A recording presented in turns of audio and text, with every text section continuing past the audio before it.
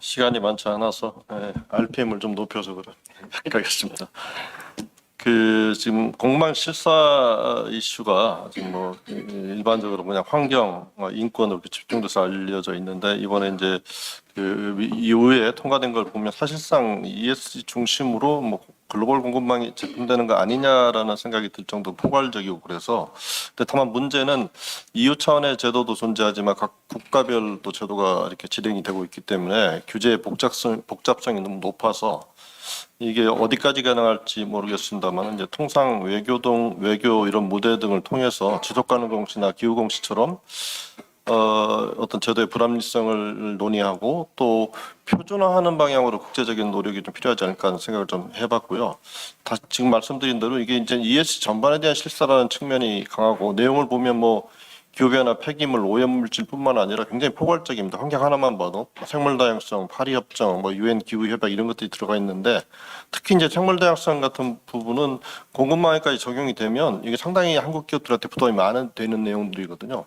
환경 부분에 한 열 몇 개 항목을 이렇게 분석을 해본 결과를 보면, KF에서 최근 나온 자료가 있는데 보면 우리나라 기업들이 제일 취약한 부분이 생물다양성 부분입니다. 그래가지고 이게 지금 9월에 가면 공시지침인 TNFD가 나오는데, 이런 것들이 나오기 시작하면 상당히 준비를 좀 잘해야 되지 않을까 이런 생각이 들고요. 또 기후전환도 단순한 탄소 배출을 줄이는 이슈뿐만 아니라 2030년과 50년까지 온실가스 배출 감축 목표를 밝혀라, 또 공급망 내 기업의 탈탄소화 수준을 담아라, 이런 구체적인 내용들이 들어 있어서 특히 좀 우리 국내 기업 들이 많이 취약한 탄소 배출 문제뿐만 아니라 공급망에서의 탄소 배출 스코프 3를 잘 이렇게 대응을 해야 되는 이슈들이 있는 것 같습니다. 또 협력사에 대해서 재정 및 행정 지원하는 이슈들도 들어 있어서, 이게 어찌 보면 앞에서 말씀드린 대로 ESG 전반에 대한 어떤 부담, 실사의 내용이기 때문에 지금 그렇게 하고 계시겠지만, 이게 산업통상자원부 개별 부처 차원의 이슈를 더 넘어서서 지금 이슈들을 보면 환경부 또 기획재정부들이 이렇게 공동으로 공급망 실사 대응을 하는 데 있어서 어떤 그런 협조 체제를 좀 구축할 필요가 있어 보이고요. 또 앞에서 말씀하셨던 KESG 가이드라인이라든가 이런 것들을 보게 되면, 지금 이번에 EU 실사 최종안에 나온 내용 중에 생물다양성이라든가 파리 기후협약, 그러니까 기온 상승폭을 산업화 이전 대비 1.5도 이내로 낮추는 그런 계획에 맞추는 탄소 배출 감축 내용들, 이런 것들이 지금 KESG 가이드라인에서 빠져 있거든요. 그래서 이런 부분들이 중요한 이슈이기 때문에 현재 나와 있는 KESG 공급망 가이드라인이 좀 보완될 필요가 있어 보인다는 말씀 드리고요. 그리고 지금 기업들이 개별 대응하기보다는, 물론 이런 논의들이 여전히 많이 존재하고 있습니다만은, 업종별 대응이, 이게 같은 문제를 공유하는 기업들끼리 업종별로 대응하는 게 더 적합한 이슈이지 않습니까? 예를 들어서 의료 산업하고 정유 산업은 지금 실사 지침에서 나온 부정적 영향이 가셔야되는 방식이 다르기 때문에.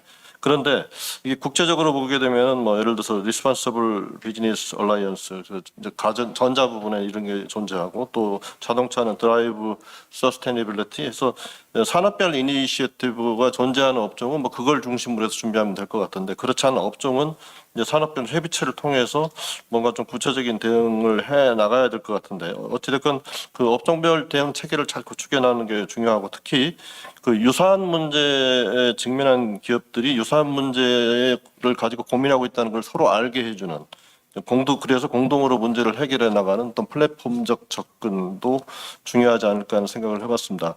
다만 최근에 보면 좀 우려스러운 부분이 나타나고 있는데, 중소기업 중앙회가 최근에 발표를 했죠. 그러니까 이게 상생협력해서 대기업이 중소기업을 돕는 방식으로 대응을 해야 된다는 얘기를 많이 해왔는데, 사실상은 페널티를 주는 방식으로 공급망 실사의 대기업들이 대응하고 있다. 공급망에서 협력사를 탈락시키는 방식으로 하고 있어서 상당히 우려스럽다라고 하는 공식 발표를 했습니다. 그래서 이 부분에 대해서 정부가 좀 상당한 고민이 좀 필요하지 않을까 하는, 상생협력이라는 캐치플레이스, 깃발은 좋은데 이게 어떻게 현실적으로 실행 가능한 상생협력 체제를 가동시킬 것인가 하는 부분에서는 선언적인 의미와 함께 뭔가 대기업의 인센티브가 좀 있어야 될 것 같아요. 예를 들어서 대기업이 협력사들이 공급망 실사 대응을 해나가는 데 있어서 뭐 금전적 또는 어떤 지원을 했을 때 거기에 대한 뭐 그게 세제 혜택이 가능할지 이런 건 또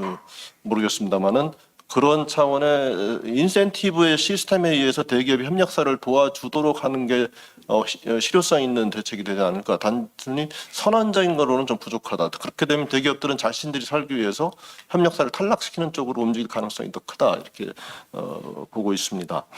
마지막으로 그 지금 ESG 논의가 쭉 진행이 이제 각 분야에서 다양하게 되고 또 제도화가 되는 특성들을 보이고 있는데요. 결국은 지금 보게 되면 우리가 환경 인권이라는 이슈로만 좀 집중해서 봐왔지만 ESG 경영의 성패를 좌우하는 게 결국은 끝으로 가게 되면 공급망이다. 이런 생각을 하게 되고요. 근데 지금 공급망의 이제 심도를 보게 되면 이게 지금 1차, 2차 벤더로 해서 끝날 건지 3차, 4차로 갈 건지 이런 데 대한 논의가 아직은 없거든요. N차에 대한 논의가 별로 없습니다. 그래서 궁극적으로 보면 2차, 3차 이 논의가 확장될 여지가 크기 때문에 이게 지금 단순히 공급망 실사에 대해 대응한다는 차원을 넘어서서 공급망 자체를 ESG 중심으로 탈바꿈시키는 그런 어떤 종합적인 조금 더 큰 틀의 시선에서 공급망 문제를 봐야 되지 않을까 뭐 이런 의견을 드리고 거의 한 5분 정도 한 것 같습니다.